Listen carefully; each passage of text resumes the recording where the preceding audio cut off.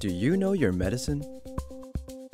Weed Maps and SC Laboratories bring you an educational series on the science of clean and safe cannabis. Today's cannabinoid profile is on Cannabinol. Cannabinol, or CBN, is another cannabinoid found in the cannabis plant, and it appears to result from a breakdown of THC, so it's considered a breakdown product. It's found in the plant in varying amounts. It's a little bit different than some of the other cannabinoids in the fact that it's not naturally synthesized by the plant, but it's more of a breakdown or degradation product or a metabolite of THC. CBN is psychoactive, and it's what gives most of the sedative effect of cannabis. You hear a lot of indica versus sativa. CBN is actually what's making you sleepy. And CBN can be found in any cannabis. It's produced over time or with heat.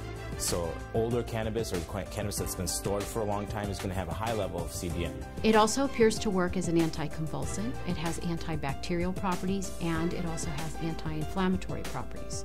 It also appears to stimulate osteocytes, which are bone cells. It's being looked at for treatment of bone disorders such as osteoporosis. It also appears to inhibit skin cell formation. And some people say that this may have some benefit down the line once we really understand what it's doing in skin disorders such as psoriasis. I'll show you how CBN is synthesized in the plant. CBN starts with gyryl pyrophosphate and alkylic acid, like most of the cannabinoids.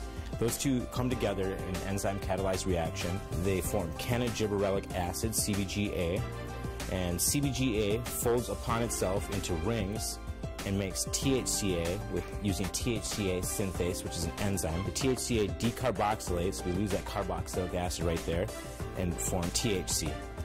THC, over time or with heat, will degrade into CBN, and all that's happening is we're losing hydrogen atoms and forming double bonds in this ring right here. That causes a weaker interaction for this compound with the CB1 and CB2 receptors. That weak interaction is what leads to the sedative effect and the sleepiness, drowsiness associated with CBN. When cannabis is tested in a testing facility, CBN can be measured, and usually it's under 1%. A patient can actually look to see if that's something that they're interested in, a higher percent or lower percent, because it does cause sedation. SC Labs tests for CBN using a high-performance liquid chromatograph, also known as an HPLC. The HPLC is a much more sensitive instrument than the other instrument that's used to test for cannabinoids, sometimes called the GC or gas chromatograph. We use the HPLC because it doesn't degrade any of these compounds like the GC. The GC uses heat, so it degrades some of these compounds, whereas the HPLC can test them in their natural state.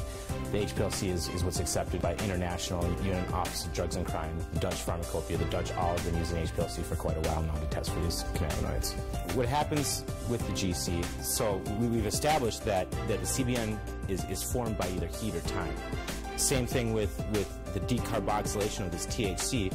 At about 140 degrees Celsius, we start to see a conversion of THC to CBN. Well, the GCs must operate at much higher temperatures, so when you do a test with a GC for these cannabinoids, you're going to have a slightly lower CBD number because the CBD with heat will actually can be converted to THC.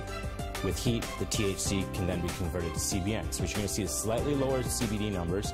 It's kind of a wash with THC. You might get a slightly lower number, and then with CBN, you're going to see a higher number than you would with HPLC testing.